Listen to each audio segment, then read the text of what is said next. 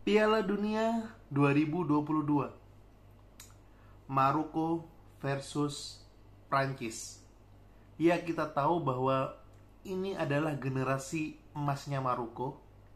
Kita tahu bahwa Prancis merupakan negara yang mana merupakan juara bertahan Piala Dunia 2022 ini, di mana mereka memenangkan 2018 kemarin. Dan Maroko harus bisa membuat kejutan untuk melaju ke babak final. Akan tetapi di pertandingan semifinal ini Maroko kandas di tangan Prancis. Kita tahu Maroko mampu mengalahkan Spanyol di babak 16 besar, mampu mengalahkan Portugal di babak 8 besar, dan menghadapi Prancis di babak semifinal. Tentu perjalanan ini membutuhkan semangat, kontribusi yang nyata, serta konsistensi permainan, konsistensi para pemain dalam menerapkan gaya menyerang dan bertahan yang baik. Patut diacungi jempol dan diapresiasi untuk Maroko karena mampu mengukir sejarah di mana merupakan salah satu atau mungkin satu-satunya klub Afrika atau negara Afrika yang melaju ke babak semifinal. Ya, walaupun kita tahu di babak semifinal mereka dikandaskan oleh juara bertahan Prancis. Tapi kalau melihat secara pertandingan, sebenarnya Prancis sama Maroko sama-sama memiliki kans untuk memenangkan pertandingan. Bahkan peluang dari babak pertama maupun babak kedua, Prancis dan Maroko sama imbangnya. Akan tetapi lebih efektif Prancis dalam proses menciptakan sebuah gol dan meraih kemenangan. Kita tahu bahwa Maroko dan Prancis sama-sama memiliki peluang dengan melalui counter attack. Maroko kita tahu saat melawan Portugal counter attack-nya sangat luar biasa. Dan Prancis dengan counter attack dikomandoi oleh Mbappe, Dembele, dan Griezmann mampu membuat kejutan di beberapa pertandingan saat mereka melakoni laga. Maka dari itu, kedua kesebelasan ini pada dasarnya memiliki tipikal yang sama, cuma bedanya adalah kualitas pemain dari Prancis lebih unggul daripada Maroko. Kita tahu Kylian Mbappe, kita tahu Antoine Griezmann, kita tahu Ousmane Dembele. Mereka semua merupakan beberapa pemain yang notabene di atas rata-rata dari pemain Maroko. Tapi Maroko tidak ambil diam, mereka tetap melancarkan serangan, ya walaupun skor akhir tidak berpihak ke mereka. Kalau kita bahas secara pertandingan, sebenarnya gol pertama di menit-menit awal itu merupakan salah satu gol kejutan di mana Theo Hernandez mampu menciptakan sebuah gol melalui scrimmage di depan mulut gawang. Siapa lagi otaknya kalau bukan dari Kylian Mbappe, di mana tendangan dari Kylian Mbappe mampu diblok oleh beberapa pemain bertahan dari Maroko, namun bola pantulan atau scrimmage dari tendangan tersebut mampu dimanfaatkan oleh Theo Hernandez yang sedang kosong, hanya berhadapan dengan kiper dari Maroko, Yassine Bono. Dan ini merupakan gol perdana untuk Yassine Bono melalui open play, sehingga membuat mental Prancis semakin tinggi karena di menit-menit awal mereka sudah menciptakan gol pembuka.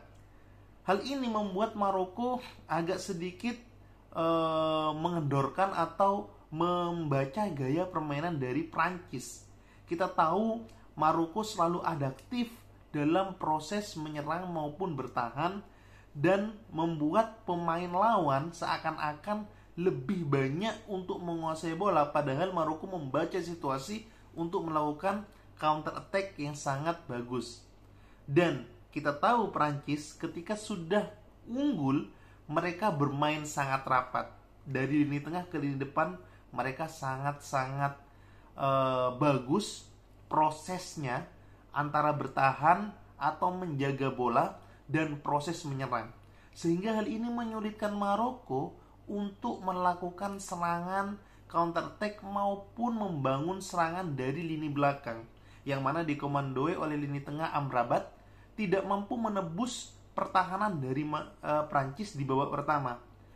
Namun hal ini tentunya menjadi sebuah catatan oleh pelatih Maroko Walid, yang mana harus memberikan kesempatan untuk menyeranglah di sisi sayap. Karena kalau misalnya kita tembus pertahanan Prancis dari sisi tengah, mereka akan kewalahan. Karena kualitas pemain dari Maroko dan Prancis sangatlah berbeda. Maka dari itu, memanfaatkan Hakim Ziyech, Boufal maupun Necessary, seorang strikernya Yusuf Nasseri, seorang strikernya mampu berkolaborasi di depan. Hal ini dibuktikan di babak kedua, di mana setelah babak pertama berakhir skor 1-0, babak kedua dimulai, Maroko mulai melakukan atraktif penyerangan, di mana bola dikuasai dari babak pertama, dari babak kedua awal pertandingan sampai pertengahan pertandingan babak kedua, Maroko menguasai pertandingan. Maroko menguasai bola dan Prancis hanya menunggu untuk menjaga agar tidak kebobolan. Baru beberapa menit setelah perubahan banyak pemain, Maroko mampu menembus pertahanan Prancis. Hal ini membuat warning tentunya untuk Didier Deschamps untuk menambal beberapa kekosongan yang ada di lini tengah maupun di lini depan yang tidak mampu untuk membendung pertama kali dari serangan Maroko. Akhirnya Didier Deschamps mampu membuat suatu perubahan dengan menarik beberapa pemain sayapnya atau pemain strikernya agar lebih kuat untuk bertahan dan menyerang. Di situ dimasukkan Thuram dan Kolo Muani yang mana mampu untuk membantu lini pertahanan. Dan Maroko juga menurunkan banyak pemain yang notabene sangat lincah di lini sayap. Bahkan ada beberapa peluang yang diciptakan oleh Maroko, namun lagi-lagi lini pertahanan dari Prancis mampu mematahkannya, sehingga membuat Maroko mampu atau tidak mampu untuk melakukan aktivitas sebuah gol.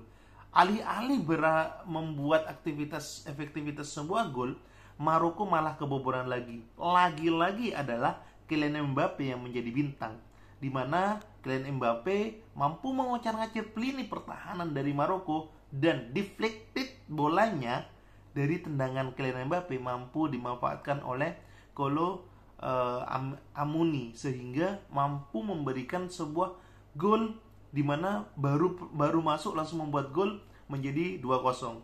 Kemenangan ini tentunya membuat Prancis seakan-akan menghadapi final yang kedua dalam dua periode Piala Dunia secara beruntun. 2018 menghadapi Kroasia dan 2022 menghadapi Argentina.